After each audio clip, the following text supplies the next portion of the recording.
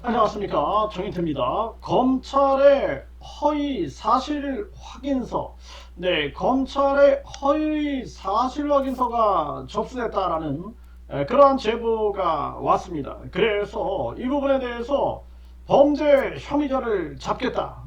그래서 이 범죄 혐의자를 잡겠다. 그러니까 허경영 이 영성센터, 이 허경영 영성센터 이 관계자로 지금 파악이 되고 있습니다. 그래서 고소 고발장을 제출했다라는 것이죠. 그래서 이 고소장 그리고 고발장이 오늘 토요일임에도 불구하고 제출이 됐다. 이렇게 제보가 왔습니다. 그리고 이제 허경영이 구속된 채 재판에 넘길까? 이 허경영 구속된 채 재판에 넘길까? 이 검찰 입장에서 이 허경영을 구속한 채 재판에 넘길까? 또는 풀어줄까? 이 허경영 구속된 채 재판에 넘길까? 풀어줄까? 이게 신의 한 수 전쟁이 아니냐?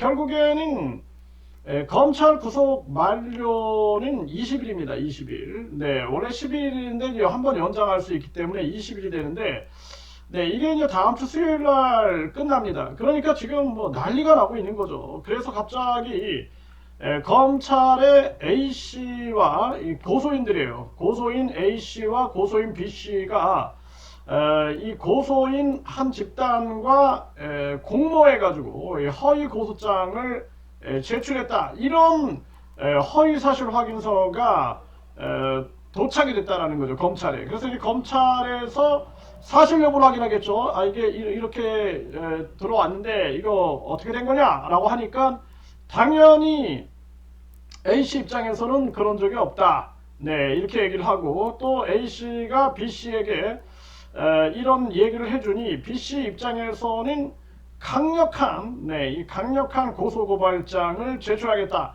해가지고 고소고발장을 즉각 제출을 했다라는 것입니다. 이 굉장한 이 빠른 이 결단과 행동을 한 건데요. 결국에 얼마나 분노가 치밀었으면 이런 일이 전개가 되고 있는가. 정말 이 허경영이 IQ가 430이다 라고 얘기를 하는데, 이 허경영 측에 있는 이러한 자들이 굉장히 이 신의 한 수랍시고 잔머리를 굴려대는 게 아니냐. 그런데 이 하늘에 이 암행어사들이 있는 거죠. 그래서 하늘의 암행어사들은 굉장히 바른 사람들이죠. 바른 사람들, 올바른 사람들, 이런 사람들이 나서서 결국에는 이 허경영, 결국에는 뭐 허경영 광신도 맹신도들, 이 극렬 지지자들인 이 허경영이 풀려날 거다.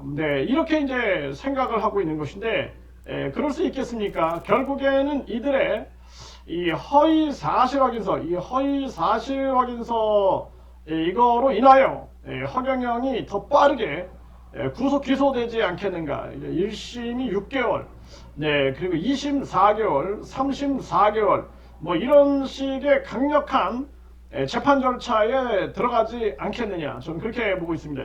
이 정명석이가 감옥에 들어가서도 계속 재판 지연을 하고 각종 법꾸라지 행태를 보였는데, 이 허경영 집단도 지금 그렇게 행하는 것이 아니냐, 이런 생각을 안 할 수가 없는 것입니다. 그래서 검찰의 허위 사실 확인서를 제출한 부분에 대해서 아주 강력한 법적 조치를 취했다라는 거죠. 이게 참 심각한 문제인 거예요. 이거 허위 사실 유포 명예훼손이라든지, 그리고 이 허위사실 유포에 의한 업무방해죄, 또 위계에 의한 공무집행방해, 이 위계에 의한 공무집행방해, 이거 굉장히 심각한 문제가 되는 거죠. 이런 허위사실 확인서가 위계에 의한 공무집행방해가 되는 거고, 그리고 간접정범, 특수한 교사 방조에 대한 형의 가중처벌, 이거 형법 제34조죠. 이것도 아주 강한 처벌이 될 수 있는 부분이죠. 그래서 지금 허경영 집단들이 빨리 허경영의 거짓과 악행을 멈추는 데 힘을 기울여야지, 꼼수를 쓴다든지 이런 게 절대 통하지 않는다라는 걸 알아야 된다라는 거예요. 그래서 우리가 뛰는 놈 위에 나는 놈이 있다라는 그런 말이 있죠. 이것처럼 결국에는 진실이 바로 나는 놈이 되는 겁니다. 네, 진실을 이길 수가 없는 거예요. 이 진실의 힘은 가장 강력한 것입니다. 이 진실을 가지고 있는 사람들은 강자의 마음을 가지고 있어요. 강자의 마음. 근데 거짓의 마음을 가지고 있는 사람은 약자의 마음을 가지고 있는 거죠. 약자의 마음. 그래서 결국에는 강자의 마음은 진실에서 나온다는 거예요. 진실에서 나오기 때문에 강력한 고소고발장을 제출하게 되는 것이죠. 그렇게 됨으로써 결국에는 아무리 이 경찰서, 우리가 이 경찰서들도 아주 그 어두운 경찰서들 많이 있죠. 이 암흑의 경찰서들, 그런 경찰들, 비리 경찰들도 많이 있는데 아무리 비리 경찰들이 날뛴다 할지라도 진실을 이길 수는 없다. 저는 그렇게 봅니다. 이 진실이 결국엔 승리한다. 저는 그렇게 보고 있고요. 그리고 빨리 이 양심 세력들이